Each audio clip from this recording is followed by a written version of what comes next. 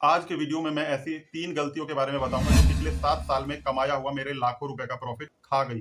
और तीसरे नंबर की गलती तो इतनी खतरनाक है जिसके बारे में कोई बात तक नहीं करता, लेकिन वो धीरे-धीरे आपका कमाया हुआ सारा प्रॉफिट खा कल रही अचानक से मेरे दिल में ख्याल आया कि क्यों ना अपने 7 सालों का नेट प्रॉफिट चेक किया जाए। है। जैसे ही मैंने अपना नेट प्रॉफिट चेक किया 7 सालों में, तो मैं ये देख के हैरान हो गया कि 7 सालों में 6 लाख रुपए लगाकर मैंने 5,80,000 रुपए कमाए हैं।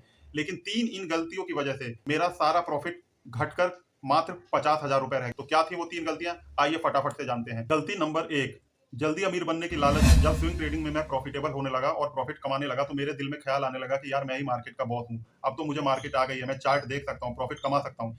इसी लालच में मैंने जल्दी पैसा कमाने के लिए ऑप्शंस में काम करना स्टार्ट कर दिया। और जैसा कि आप स्क्रीन पर देख सकते हैं, पिछले 7 सालों में 1,17,000 रुपए का नेट लॉस हुआ है। अब इस स्क्रीन में देखिए, मैंने कमोडिटी में भी काम किया है। जल्दी पैसा कमाने के लालच में मैं रात को 11-11 बजे तक कमोडिटी लेकर बैठा रहता था। इसमें मुझे 97,550 रुपए का नेट लॉस हुआ है।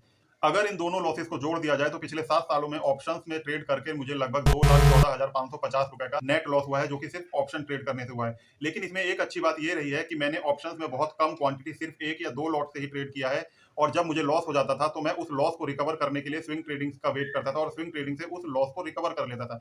यही कारण है कि इतना लॉस करने के बाद भी मैं ओवरऑल लॉस में नहीं गया। और जब तक मेरा लॉस रिकवर नहीं हो जाता था तब तक मैं ऑप्शन ट्रेडिंग को बंद कर देता था।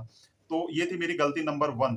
तो गलती नंबर 2 थी कैपिटल ब्लॉक होने की समस्या। तो होता क्या था कि 2020 के कोरोना क्रैश के बाद से जब मुझे दिखा कि निफ्टी बुल रन में है, तो मैं जिन स्टॉक्स में पोजीशन बनाता था, अगर वो मेरे स्टॉप लॉस को तोड़ते भी थे तो मैं ये सोच के होल्ड कर लेता था कि भाई निफ्टी ओवरऑल बुल रन में है, तो ये स्टॉक्स भी आज नहीं तो कल अपने सपोर्ट लेवल से बाउंस बैक कर जाएंगे, तो मैं नीचे सपोर्ट पे इनको एवरेज कर लूंगा। और दोस्तों होता भी ऐसा ही था, क्योंकि कुछ समय बाद वो स्टॉक वहां से बाउंस बैक कर जाते थे और मैं ओवरऑल प्रॉफिट में आ जाता था। लेकिन इस चक्कर में क्या होता था कि कभी कभी किसी किसी स्टॉक्स में स्टॉक बाउंस नहीं करता था और मेरी कैपिटल 1-2 साल के लिए फंस जाती थी।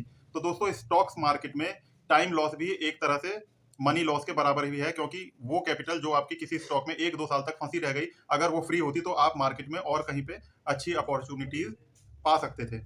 अब दोस्तों बात करते हैं गलती नंबर 3 की। गलती नंबर 3 जानने के लिए जरा अपने स्क्रीन पर ये मेरे पिछले 7 सालों का पीएनएल देखिए, जो कि 1 जनवरी 2019 से 7 जुलाई 2026 तक का है।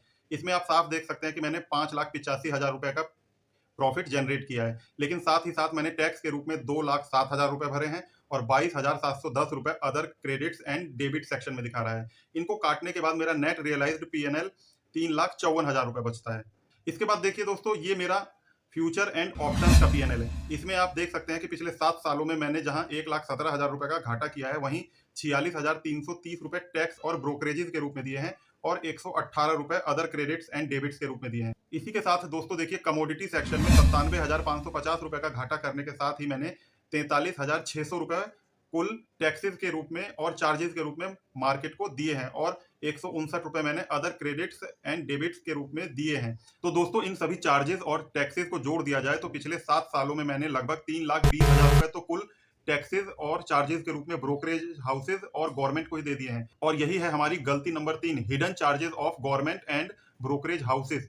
असल में दोस्तों होता क्या था कि जब मैं ऑप्शंस में लॉस करने लगा तो फिर मैंने सोचा क्यों ना इक्विटी में इंट्राडे किया जाए, और वहां पर मैं लीवरेज लेकर हैवी ट्रेडिंग करने लगा और किसी एक ट्रेड में लॉस हो जाने पर मैं उसको रिकवर करने के लिए रिवेंज ट्रेडिंग या फिर बार बार स्कैल्पिंग करने लगा। इस वजह से मेरा दिन में कमाया गया टोटल प्रॉफिट मेरे टैक्सेस और ब्रोकरेज के मुकाबले काफी कम था और प्रतिदिन मुझे टैक्सेस और ब्रोकरेज में हजारों रुपए देने पड़ते थे। और आप देख सकते हैं कि पिछले 3 साल में इक्विटी सेक्शन में मैंने 2,07,000 रुपए का टैक्स भरा है। तो ये थी वो 3 गलतियां जिन्होंने मेरे 7 साल के प्रॉफिट को खा लिया। आशा करता हूं आपको इस वीडियो से बहुत कुछ सीखने को मिला होगा और आप वो गलतियां नहीं करोगे जो मैंने पिछले 7 सालों में की हैं। अगर वीडियो अच्छी लगी हो तो चैनल को फटाफट से सब्सक्राइब कर लीजिए, वीडियो को शेयर कर दीजिए और एक लाइक कर दीजिए, क्योंकि इस चैनल पर आपको मिलेगा रियल ट्रेडिंग का ज्ञान, जो कि मैंने पिछले 7 सालों में मार्केट के थप्पड़ खा खाकर और एड़ियां घिस घिस कर सीखी हैं।